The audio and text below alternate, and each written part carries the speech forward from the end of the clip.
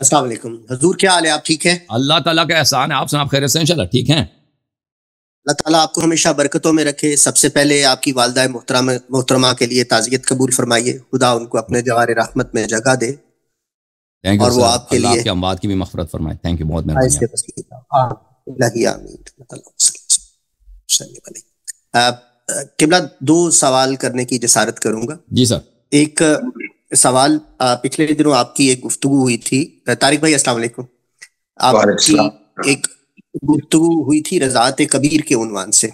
جی سر. تو ہمارے ایک عزیز دوست ہے، وہ آپ سے بہت وہ بھی محبت رکھتے ہیں اور آپ کے پروگرام بہت شوق سے سنتے ہیں. تو انہوں نے بھی یہ پروگرام بہت ڈیٹیل کے ساتھ سنا تھا. تو میری ان کے ساتھ گفتگو ہوئی تو انہوں نے کہا کہ اللہ یاری صاحب نے جتنے بھی ریفرنسز دیے وہ سب کے سب وہ عروہ بن زبیر سے ہی تھے. وہ ایک طرح کی خبر واحد ہی تھی، یعنی وہ صرف عروہ بن زبیر سے ہی مروی ایک حدیث تھی جو مختلف کتب سے وہ بیان فرما رہے تھے. اور جبکہ ایک حدیث وہ ام رومان کے حوالے سے بھی موجود ہے.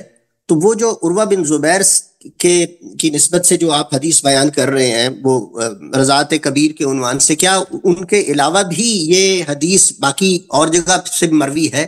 کیونکہ ان کے نزدیک یہ خبر واحد تھی اور خبر واحد ہی کو آپ اپنے دو تین جو کلپس بار بار جو آ رہے تھے تو وہ مختلف کتب سے آپ اسی ریفرنس کو دہرا رہے تھے. یہ ان کا موقف تھا اس مناظرے کے تناظر. دیکھیں، یہ پہلی بات یہ کہ میں نے اس منظر سے نہیں دیکھا ہے، کیونکہ بخاری اور مسلم کے روایات اور جو صحیح روایات ہوتے ہیں جو بخاری مسلم بھی نہ ہو، یہ اپنے لیے حجت سمجھتے ہیں. یہ ان کا سب کا موقف ہے، چاہے وہ اہل حدیث ہوں، چاہے وہ احناف ہوں، دوسرے فرقے ہوں، اس کو صحیح سمجھتے ہیں اور حجت سمجھتے ہیں. اور یہاں پہ جو علماء بھی تھے ان سے مناظرے ہوئے ہیں، انہوں نے اس لیے رد نہیں کیا. کوئی رد نہیں کرتا، اس لیے عروہ نے جو روایت کی ہم اس کو نہیں مانتے. اگر اس طرح یہ طریقہ کار اپنا لیں، اس کو چھوڑ دیں اس طریقے سے، تو یہ تو ان کے پاس دین میں تو کچھ بھی نہیں بچے گا نا. دین میں تو کچھ بھی نہیں بچے، کیونکہ وہ جو متواتر روایات ہیں یا وہ روایات جو مثلا 2 زیادہ طرق سے آئے ہیں، 3 طرق سے زیادہ سے ہیں، وہ تو بہت کم ہے. اس تو شاید پوری بخاری مسلم میں 1000 روایتیں بھی نہ ہوں جو ایک سے زیادہ راوی رکھتے ہیں، ایک سے زیادہ طریق سے آئیں. شاید 1500 سے زیادہ نہ ہو. ان کے پاس جو کل صحیح روایتیں ہیں وہ تقریباً 3000 کے لگ بھگ. اگر اس میں سے آپ وہ روایتیں نکال دیں جو بیچ میں وہاں پہ ایک راوی پہ اٹک جاتی ہے نا، تو پھر تو ان کے پاس بہت کم روایتیں بچ جائیں گی. 3000 میں سے، یا معاف کیجیے گا، کل ان کے پاس جو روایتیں 4000 پلس ہیں، صحیح روایتیں 4000 پلس، 5000 سمجھیں، 5000 کے قریب ہیں. اگر اس میں سے یہ نکال دیں تو پھر ان کے پاس اور احکام اتنے زیادہ ہیں، مسائل دین، تاریخی مسائل اتنے زیادہ ہیں، اور احادیث بھی چھوٹی ہوتی ہیں. وہ اکثر احادیث ان کے پاس ایک لائن کی ہوتی ہے، یعنی اس میں سے اگر اسناد نکال دیں، باقی جو روایت بچ جاتی ہے وہ ایک لائن کی ہوتی ہے، ایک سطر کی ہوتی ہے. تو ایک سطر میں وہ بہت سارے مختلف موضوعات تو نہیں آتے نا، وہ ایک خاص موضوع کی طرف یا ایک عام موضوع کی طرف ہوتی ہے، اشارہ ہوتی ہے. تو عرض یہ ہے کہ اگر یہ طریقہ کار اپنا لیں تو دین میں تو کچھ بھی نہیں بچے گا نا، کیونکہ قرآن مجید ہے اور حدیث ہے. حدیث کو اگر آپ اس طرح سے سینسر کر دیں تو پھر تو ختم ہے. فاتحہ پڑھ لیں ان کے مذہب کا، اور یہ علماء کا موقف بھی نہیں ہے. پھر دوسری بات یہ ہے کہ ہم نے اس منظر سے نہیں دیکھا کہ عروہ کے علاوہ دوسروں نے روایت کیا یا نہیں کیا. اگر ہم دیکھ لیں شاید دوسروں کی جانب سے بھی مل جائے، دوسرے حضرات کی جانب سے بھی مل جائے کہ انہوں نے بھی روایت کیا ہے. البتہ وہ دیکھنا پڑے گا مختلف روایات احادیث کو.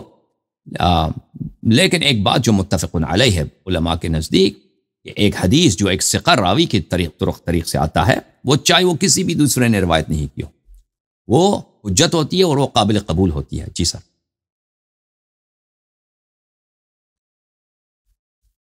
اچھا جی، دوسرا ایک سوال صرف وہ ہے، میں بہت دنوں سے میں نے یہ سوال کرنے کی کوشش کر رہا تھا، لیکن وہ آپ کے علماء سے مناظرے تھے اور وہ زیادہ امپورٹنٹ تھے. ایک حدیث آپ عموماً بیان بھی کرتے ہیں اور وہ حدیث درست بھی ہے اور صحیح بھی ہے، جو صواہب یوسف والی حدیث ہے، جس میں جناب رسالت مآب صلی اللہ علیہ وسلم حضرت عائشہ سے فرماتے ہیں کہ آپ اپنے والد گرامی سے کہیے کہ وہ آ کے نماز پڑھائیں. اور پھر وہ انہوں نے کہا کہ وہ رقیق القلب ہے اور ان پر رقت طاری ہو جائے گی. تو جس پر جناب رسالت مآب صلی اللہ علیہ وسلم نے ارشاد فرمایا کہ آپ یوسف والیاں ہو. اور یہ ظاہر ہے آپ حدیث بہت دفعہ اس سے استدلال کر چکے ہیں اور یہ آپ نے ثابت بھی کیا کہ یہ حدیث درست ہے.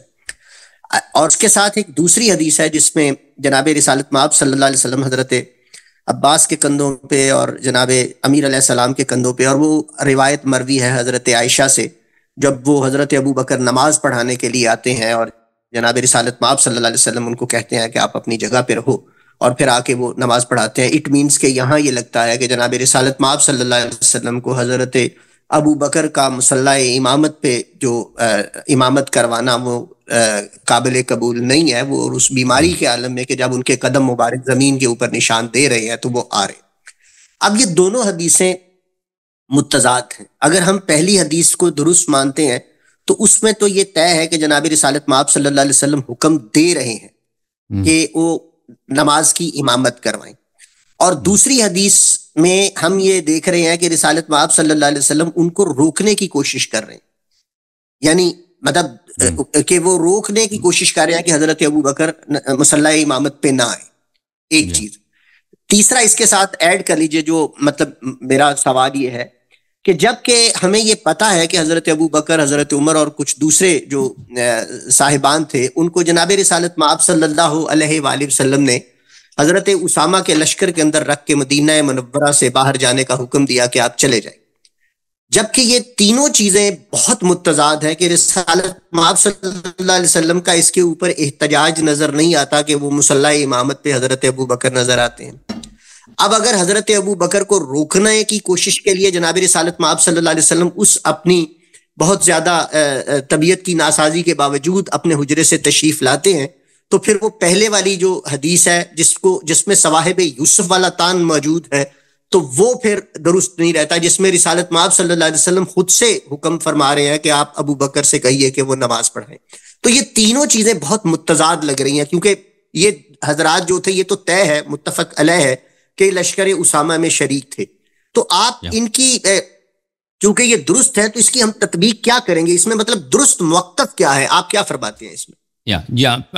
میں آپ کے سوال کی طرف آتا ہوں. پہلے جو آپ نے رضائے کبیر کے متعلق پوچھا، میں ایک دو روایتیں آپ کو دکھاؤں جو عروہ کی جانب سے نہیں ہے. یہ کتاب ہے کتاب مسند الشافعی، محمد ابن ادریس شافعی جو شوافع کا امام ہے، اس کی کتاب ہے کتاب مسند الشافعی، مصر کی چھپی ہوئی کتاب ہے. اس میں صفحہ نمبر 103 ہے، ملاحظہ کریں. یہ اخبرنا سفیان عن یحیی بن سعید عن عمرہ عن عائشہ انہا کانت تقول، بلے یہ ہے بالکل عروہ کی جانب سے نہیں ہے کہ عائشہ کہتی تھیں کہ قرآن مجید میں آیات نازل ہوئی ہیں کہ 10 رضاعات، 10 مرتبہ کسی مرد کو آپ شادی دے دیں تو وہ محرم بن جاتا ہے، پھر وہ نص ہو گئی اور 5 بنی.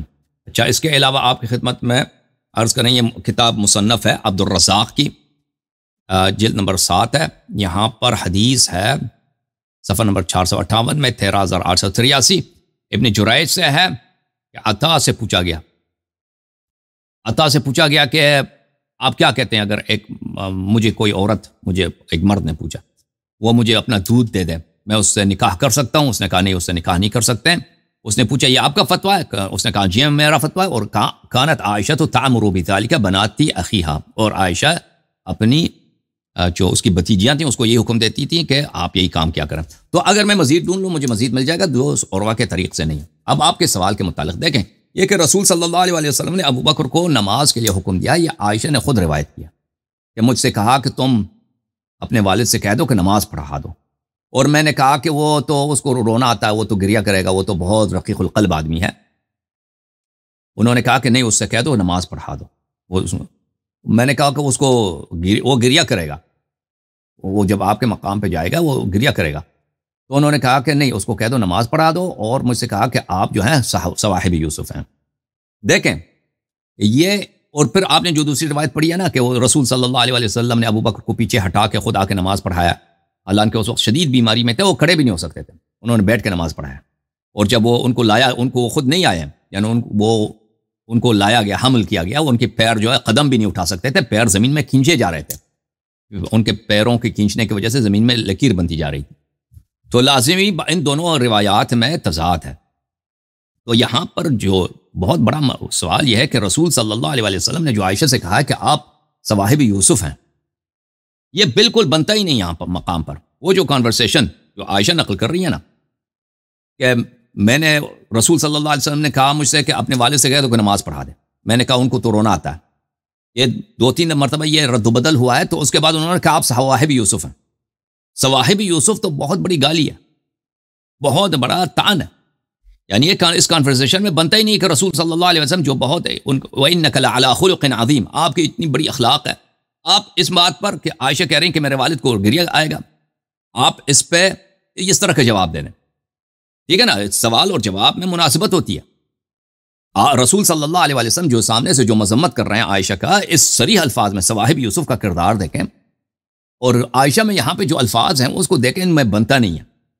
دوسری بات یہ ہے کہ عائشہ جو کہتی ہیں کہ میں نے کہا کہ وہ اس کو آپ نماز پڑھانے نہ بھیجیں کیونکہ وہ رونا آئے گا، اس کو رونا آئے گا. تو ابو بکر جب نماز پڑھانے گئے ہیں اس نے نہ کبھی بالکل گریہ نہیں کیا، اس کو نہ رونا آیا نہ گریہ کیا ہے، بلکہ جب رسول صلی اللہ علیہ وسلم کی وفات بھی اس نے گریہ نہیں کیا نا. الٹا اس نے آ کے کہا جو محمد رسول اللہ بھی نہیں بولا، اس نے محمد بولا صلی اللہ علیہ وسلم، جو محمد کی عبادت کرتا تھا وہ مر گیا، وہ سمجھ لے کہ وہ مر گیا. یہ بہت غلط الفاظ ہیں. یعنی مسلمانوں میں کوئی ایسا شخص نہیں تھا جو رسول اللہ صلی اللہ علیہ وسلم کی عبادت کرتا ہو. یہ کہ کیوں ایسے الفاظ کہہ رہے ہیں؟ محمد جو ہے وہ جو محمد کی عبادت کرتا ہے وہ سمجھ لے وہ مر گیا. تو یہ عائشہ کے یہ جو قول ہے کہ میں نے کہا کہ اس کو رونا آئے گا، یہ بالکل ابو بکر کے کردار سے میچ نہیں کرتا کہ ابو بکر کو رسول صلی اللہ علیہ وسلم کی وجہ سے رونا آیا ہو یا ان کی جگہ پر کڑے ہونے کی وجہ سے گریہ کرنا. تو بات یہی ہے کہ رسول صلی اللہ علیہ وسلم نے کسی اور کو حکم دیا تھا کہ وہ نماز پڑھا دے. یعنی امام امیر المؤمنین علیہ السلام کو سے کہا تھا کہ نماز پڑھا دے، تو انہوں نے اپنے والد کو الٹا اپنے والد کو بھیجا تھا. جو رسول صلی اللہ علیہ وسلم کو پتہ چلا کہ اتنی بڑی کانسپریسی ہوئی ہے، میرے حکم کے خلاف کانسپریسی ہوئی ہے، اتنی بڑی سازش ہوئی ہے کہ میں نے امامت کے لیے امام علی علیہ السلام کو بھیجا اور انہوں نے اپنے والد کو بھیجا. تو رسول اللہ صلی اللہ علیہ وآلہ وسلم نے اس یہاں پہ کیونکہ جو نبی اللہ یوسف کے خلاف جو سازش لوگ کر رہے تھے وہ کون تھے؟ وہ خواتین ہی تھی. تو رسول اللہ صلی اللہ علیہ وآلہ وسلم نے تشبیہ دیا کہ جو جیسے آج میرے گھر میں میرے خلاف سازش ہو رہی ہے، اسی طرح حضرت یوسف علیہ السلام جس گھر میں رہتے تھے اس گھر میں ان کے خلاف عورتیں سازش کر رہی تھیں اپنے ایک دنیاوی اور ایک اپنے شہوت کے لیے اور اپنے دنیائی مقاصد کے لیے. آج اسی طرح دنیائی مقاصد کے لیے اور شہوانی مقاصد کے لیے میرے خلاف جو ہے کانسپریسی بن رہی. تو ان دونوں احادیث میں اگر آپ دیکھیں تضاد، اگر آپ خوب دیکھیں کہ رسول صلی اللہ علیہ وسلم کے کلام جو رد و بدل ہوتا ہے عائشہ کے ساتھ، اس میں بنتا ہی نہیں کہ رسول صلی اللہ علیہ وسلم عائشہ کو کہہ دیں کہ آپ صواحب یوسف ہیں. اگر وہ عائشہ نے وہ باتیں جو نقل کی ہیں وہ صحیح ہیں، وہ تو وہ اس طرح شدید مذمت تو بنتی، وہ شدید مذمت اسی طرح بنتی ہے کہ وہاں پہ کوئی سازش ہو رہی ہو، کوئی ایسی بڑی دشمنی ہو رہی ہو رسول اللہ صلی اللہ علیہ وسلم کے خلاف جو صواحب یوسف کے کردار سے شواہد رکھتی ہو. تو اصل وجہ ہم یہ بنتی ہے میرے بھائی، اللہ آپ کو بہت عزت دے. اور اسی طرح آپ نے جو کہا کہ وہ تو لشکر اسامہ میں تھے، ان کا امامت کا سوال ہی پیدا نہیں ہوتا، وہ خود ان کا اپنا ایک قائد تھا، اپنا ایک امام تھا اس وقت، اور وہ کون تھا؟ اسامہ ابن زید، جو مسلمانوں میں سب سے نیچا آدمی تھا. یعنی 15 سال ایک نوجوان ہے، نہ علم ہے نہ شجاعت، کچھ بھی نہیں ہے. رسول اللہ صلی اللہ علیہ وسلم نے تاریخ میں درج کرنے کے لیے کہ بھئی میرے آخری ایام میں ان کی حیثیت کیا ہے، صحابہ کی حیثیت کیا ہے، کہ قریش کے سردار جتنے ہیں، یہ بڑے بڑے جو صحابہ میرے سسر وغیرہ ہیں، ان کی حیثیت کتنی ہے، یہ ان کو سب کو ایک نوکر بنا دیا، ان سب کو غلام بنا دیا، سب کو سپاہی بنا دیا. کس کا؟ ایک 15 سالہ کالے غلام کا. اسامہ ابن زید جو تھا اس کی ماں حبشہ کی تھی، حضرت ام حیمن رضی اللہ عنہا، اور وہ کالی تھی بیچاری. اس کی نسبت کی وجہ سے اسامہ جو تھے، ان کے والد جو تھے گورے تھے، خود زید ابن حارثہ گورے تھے، لیکن زید نے کالی عورت سے شادی کی تھی، تو اس کا بیٹا جو تھا اسامہ وہ بہت ہی کالا تھا، رات کی تاریکی کی طرح کالا تھا، اور بالکل شکل صورت سے بھی خوبصورت نہیں تھا. وہ بعض کالے خوبصورت ہوتے ہیں، اس کا ناک چپٹا تھا بہت ہی، یعنی اور اس کا کوئی دین میں نہ اس سے پہلے نہ اس کے بعد اس کا کوئی اتنی بڑی نہ کوئی علمی خدمت ہے نہ کوئی کچھ بھی نہیں ہے. صرف ایک جہاد میں اس نے ایک بے گناہ آدمی کو قتل کیا تھا. اس سے پہلے ایک جنگ میں صرف اس کی یہی تھی کہ اس نے ایک بے گناہ آدمی کو قتل کیا تھا، اسے کلمہ پڑھا تھا لا الہ الا اللہ محمد رسول اللہ صلی اللہ علیہ وسلم، اس کے باوجود قتل کیا تھا. تو رسول اللہ صلی اللہ علیہ وسلم نے اسامہ پہ بہت برہم ہوئے تھے کہ ایک شخص جس نے کلمہ پڑھا تم نے اس کو کیوں قتل کیا؟ کہتا وہ اسامہ کہہ رہا تھا کہ میں نے جب تلوار اٹھایا تو اس وقت اس نے کلمہ پڑھا نا. تو رسول صلی اللہ علیہ وسلم نے فرمایا یہ تیرا کام نہیں ہے کہ لوگوں کے دل میں کیا ہے کہ وہ سچ کہہ رہا ہے جھوٹ کہہ رہا ہے، یہ تیرا کام نہیں. اس نے کلمہ پڑھا ہے تو تجھے قتل کرنے کی بالکل. اور رسول صلی اللہ علیہ وسلم آخر تک اس کے مذمت کرتے رہے. تو ایسے شخص جس کا نہ کوئی جہاد ہے نہ کوئی اس کو ملٹری کیریئر ہے، کچھ بھی نہیں ہے، اس کو امام بنا رہے ہیں، قائد بنا رہے ہیں، رسول اللہ صلی اللہ علیہ وسلم سپہ سالار بنا رہے ہیں، ابو بکر عمر یہ جتنے بڑے صحابہ ہیں، یہ ثقیفہ والے، ان سب کو ان میں شامل کر دیا. اور ان کو کہاں بھیج رہے ہیں؟ اتنا دور کا راستہ اتنی دور کا راستہ ہے، اور وہ اس سے دور، یعنی آپ کو تصور ہی نہیں ہوتا، وہ ممکن ہی نہیں تھا کوئی اتنی بڑی ایکسپیڈیشن، اتنی لمبی ایکسپیڈیشن. اور وہ کہاں ہے؟ وہ شام کے سرحدات پر، شام کے فرنٹیئرز پر. اور آپ دیکھ لیں کہ جتنے بھی رسول صلی اللہ علیہ وسلم کے سریے ہوئے یا غزوات ہوئے، اس کی وجہ ہے، یعنی وہاں پہ کوئی ملٹری تھریٹ ہے، کوئی عسکری کوئی وجہ ہے، وہاں پہ کسی حملے کی تیاری ہو رہی ہے مسلمانوں پر، کوئی وجہ ہے کہ وہاں پر کسی کو بھیج رہے ہیں. وہ آپ اہل تاریخ میں دیکھیں، انہوں نے خود اذعان کیا کہ یہ جو اسامہ کا لشکر ہے، اس کا کوئی وجہ ہی نظر نہیں آیا ہمیں کہ رسول اللہ صلی اللہ علیہ وسلم اتنی دور کے راستے کے لیے اسامہ کے لشکر کو کس لیے بھیج رہے ہیں. اور اسامہ گیا بھی ہے نا، کوئی لڑائی نہیں ہوئی. اسامہ ایسے گیا ادھر. اسامہ جب ابو بکر کی خلافت میں گیا نا لشکر لے کے رسول صلی اللہ علیہ وسلم کے وفات کے بعد گیا واپس آئے، کوئی لڑائی کچھ، وہاں پہ سرحدات میں گئے، وہاں پہ نہ کوئی شامی فوج ہے، کچھ بھی ایسے واپس آ گئے. تو رسول اللہ صلی اللہ علیہ وسلم بلا وجہ، اور ان کو خود پتہ ہے نا صحابہ تو ویسے بھی دیکھیں سفر کرنے میں بہت دقت ہوتی ہے، بالخصوص پرانے زمانے میں. آپ گرمیوں میں چلتے ہیں، صحرا میں چلتے ہیں، اتنی دور کا راستہ چلتے ہیں، اور وہاں پہ اگر مال غنیمت وغیرہ کچھ بھی ملنے کا کوئی امکان نہیں ہے، پھر تو آپ کو کوفت ہوتی ہے نا کہ آپ کیوں جا رہے ہیں. تو اتنا بلا وجہ ان کو دور بھیج دینا، اور ان کے اوپر ان کو اس طرح ذلیل کرنا کہ ایک کالا 15 سالہ غلام ان کا سپہ سالار بن رہا ہے. اور یہ سارے صحابہ جو ہیں اپنے آپ کو بہت کچھ سمجھ رہے تھے نا. تو یہ رسول اللہ صلی اللہ علیہ وآلہ وسلم نے اپنے آخری ایام میں پوری امت کے لیے ایک پیغام، ایک میسج چھوڑی ہے کہ دیکھیں جی، ان کی حیثیت یہ ہے کہ میں ایک 15 سالہ غلام کو ان کا امام بنا رہا ہوں، تو تم سمجھ لینا کہ یہ میرے بعد کبھی امامت کا مستحق نہیں ہو سکتے. اللہ تعالیٰ آپ سب کو عزت دے. جی سر.